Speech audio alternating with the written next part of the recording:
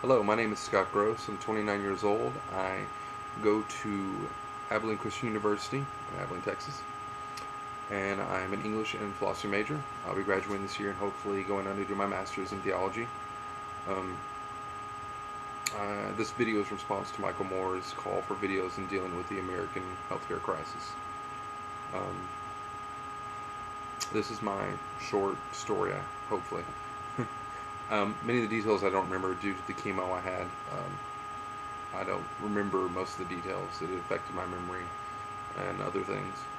Um, in 2001, I was pursuing the American Dream and working as a radiology services specialist in Athens, Georgia. I learned a year into the job that I had contracted a mutated form of the Epstein-Barr virus, which in turn um, ballooned my heart and caused dilated cardiomyopathy. This is where the heart does not function as a pump as it needs to. It enlarged the muscles of my left ventricle and disrupted the lining of my heart.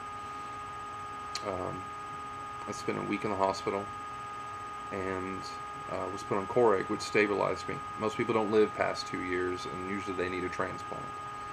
Uh, a year into my disability, I was dropped from my insurance, Blue Cross Blue Shield HMO, and was placed in the wonderful program called Cobra, where they try to rehabilitate you. And I was not really able to work many jobs due to the debilitation for my heart.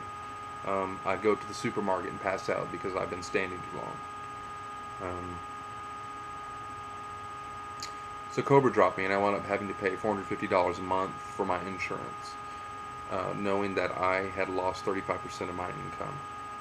This continued on for 2 years, um, in which I got sick of it and decided to come to school here at ACU in 2003.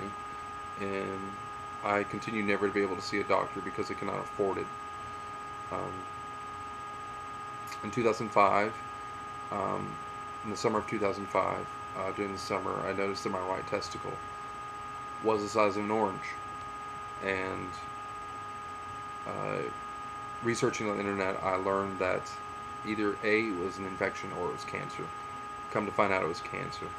Um, I tried to see a urologist. I was referred by the ER to a urologist here in town named Larry Johnson. And Larry Johnson denied me access to his medical services because I didn't have the $180 payment that was due at the time of services rendered. Um, Most people think and look at me because I don't have insurance that I'm probably just a lazy bastard. But in all actuality, when I worked at the hospital, I would work easily 60 hours. Some weeks I would pull 80.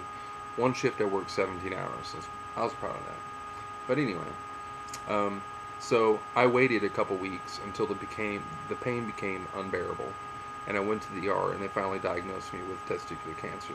This cancer, the carcinoma, was very progressive.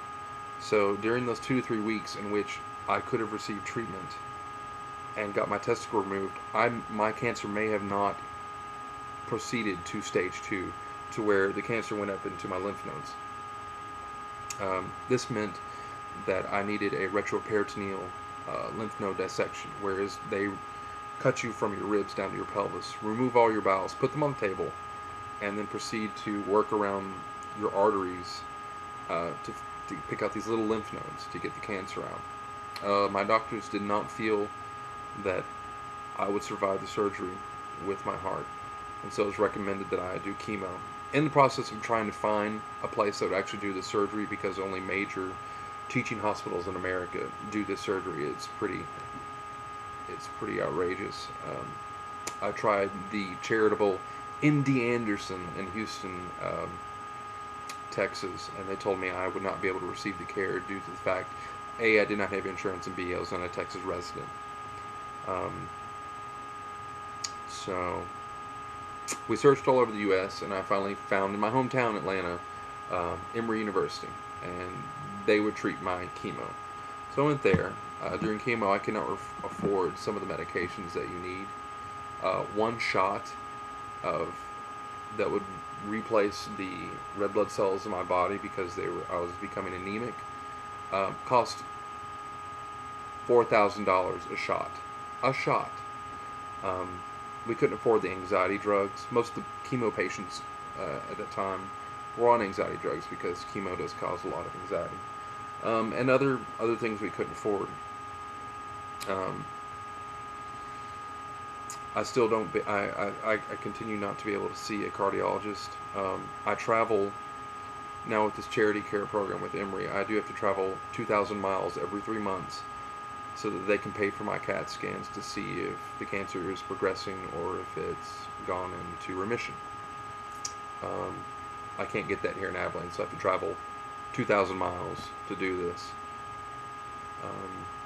I continue to pay for my medications. At times, I had to choose in my life if I wanted to take my Coreg and live or eat food.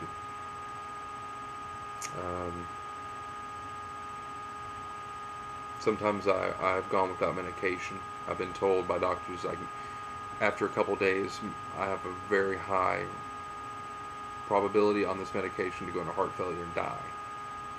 So it's very important that I stay on this medication. A lot of the experiences I experienced with Blue Cross Blue Shield, very heart-wrenching. It's a business that treated me like a number, and I can't afford insurance right now because it's way too expensive because of my pre-existing conditions. My wife doesn't have insurance. My family, my friends, nobody I really know has any insurance. If I had any major complication with my heart, I probably wouldn't deal with it. My CAT scans alone every 3 months are $4,500. That's not even to see the doctors.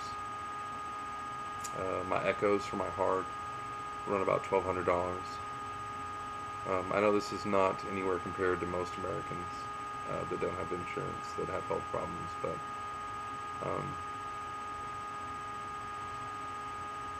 right now in my life I feel very abandoned by America. I feel very displaced.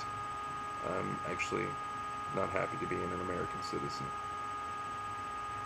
If I had enough money to move my family to Europe, I would. I know there's lots of other people in America too that need help. I've talked to some. I met a man that didn't have enough money for brain surgery, and they were taking up collections at the local skillets so he could get his brain surgery. Anyway, that's my story. Thanks.